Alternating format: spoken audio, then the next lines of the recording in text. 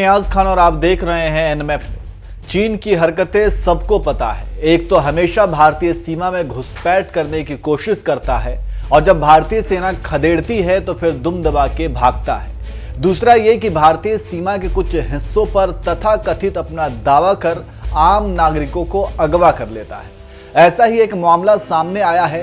अरुणाचल प्रदेश से चीन की पीपुल्स लिबरेशन आर्मी यानी कि पीएलए द्वारा अगवा किए गए किशोर को लेकर भारतीय सेना ने पीएलए से संपर्क किया है। रक्षा सूत्रों ने बताया कि घटना की जानकारी मिलते ही भारतीय सेना ने तुरंत चीनी सेना से संपर्क किया। सेना के उनके इलाके में अगवा किए गए किशोर की पहचान मिराम तरोन के रूप में हुई है। अधिकारियों ने बताया कि अरुणाचल प्रदेश के एक 17 वर्षीय किशोर को पीएलए ने राज्य के अपर सियांग जिले से कथित तौर पर अपहरण कर लिया। पुलिस ने कहा कि इस किशोर की पहचान मिराम तरोन के रूप में हुई है, जो मूल रूप से अपर सियांग जिले के जीडो गांव का रहने वाला है। आपको बता दें कि रिपोर्ट के अनुसार युवक स्थानीय शिकारियों के एक समूह में था। उनके समूह के दूसरे सदस्य जो भागने में सफल रहे, उन्होंने बताया कि उन्हें पीएलए ने भारतीय हिस्से से अगवा कर लिया था।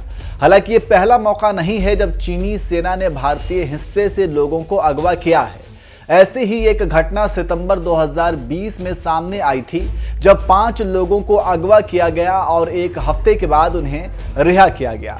दूसरी ओर अरुणाचल प्रदेश से बीजेपी सांसद तापिर गाओ ने भी बताया कि चीन ने 17 वर्षीय किशोर का अपहरण कर लिया। उन्होंने कहा, चीनी सेना ने सिंगला क्षेत्र के लुंगता जोर इलाके से किशोर का अपहरण किया। पीएलए से बचकर भागने में कामयाब रहे तरोन के मित्र जोनी येयिंग ने स्थानीय अधिकारियों को अपहरण के बारे में जानकारी दी।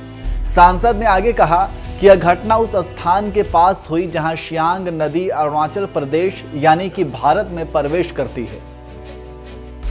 इससे पहले गांव ने ट्वीट कर मंगलवार को किशोर के अपहरण के बारे में जानकारी साझा की। उन्होंने ट्वीट के साथ किशोर की तस्वीर साझा की और लिखा, भारत सरकार की सभी एजेंसियों से किशोर की जल्द रिहाई सुनिश्चित करने का अनुरोध है।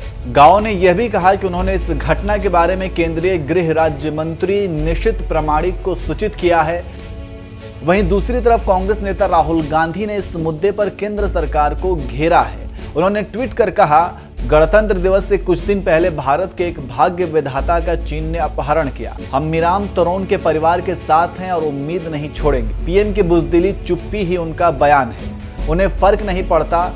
इस तरह से आप समझ सकते हैं कि चीन अपनी आदत से मजबूर है। अब देखना यह होगा कि कब तक चीन अपनी हरकतों से बाज आता है और मिराम तरोन को छोड़ता है।